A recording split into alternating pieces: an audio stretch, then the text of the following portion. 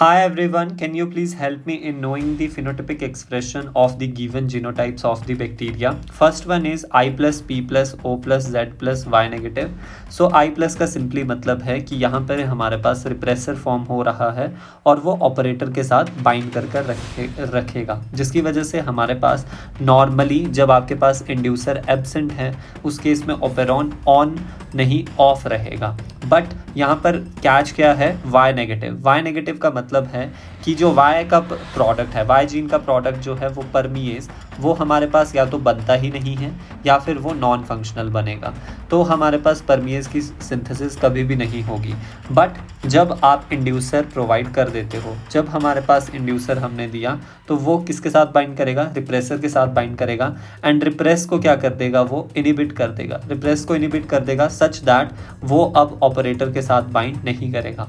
अब वो अगर ऑपरेटर के साथ बाइंड नहीं कर रहा तो ओपेरॉन हमारा ऑन हो जाएगा एंड फिर हमारे पास जो स्ट्रक्चरल जीन्स हैं उनके प्रोडक्ट की फॉर्मेशन होगी। बट यहाँ पर अभी भी क्या होगा? Z+ का प्रोडक्ट क्या होगा? बीटा गैल, उसकी फॉर्मेशन तो होगी बट परमिएज की फॉर्मेशन नहीं होगी, बिकॉज वो ऑलवेज नॉन फंक्शनल जीन बनाएगा। अब इंड्यूसर की एब्सेंस में तो बीटा गैल बनेगा ही नहीं, right. Next case is I negative. ये इंटरेस्टिंग है। आई नेगेटिव का मतलब है कि repressor is still form, repressor बन तो रहा है बट वो आइदर म्यूटेटेड है या फिर हम उसे नॉन फंक्शनल भी कहते हैं। यानी उसमें रिप्रेसर में म्यूटेशन ऐसा हुआ है कि वो अब ऑपरेटर के साथ बाइंड नहीं कर सकता। वो ऑपरेटर के साथ बाइंड नहीं करेगा तो ऑपरेटर जो है वो क्या हो जाएगा? फ्री हो जाएगा। फ्री हमेशा कैसे रहेगा?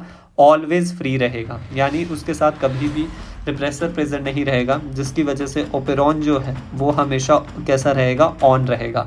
अब सिंस यहाँ पर दोनों स्ट्रक्चरल जीन नॉर्मल हैं तो इनके प्रोडक्ट हमारे पास ऑलवेज फॉर्म होंगे, दैट इज द बीटा गैल एंड द परमिएज। नेक्स्ट कंडीशन क्या है कि अगर आप इंड्यूसर प्रोवाइड कर देते हो, अगर आपने इंड्यूसर प्रोवाइड कर भी दिया तो इंड्यूसर का क्या काम है कि वो रिप्रेसर के साथ बाइंड करेगा।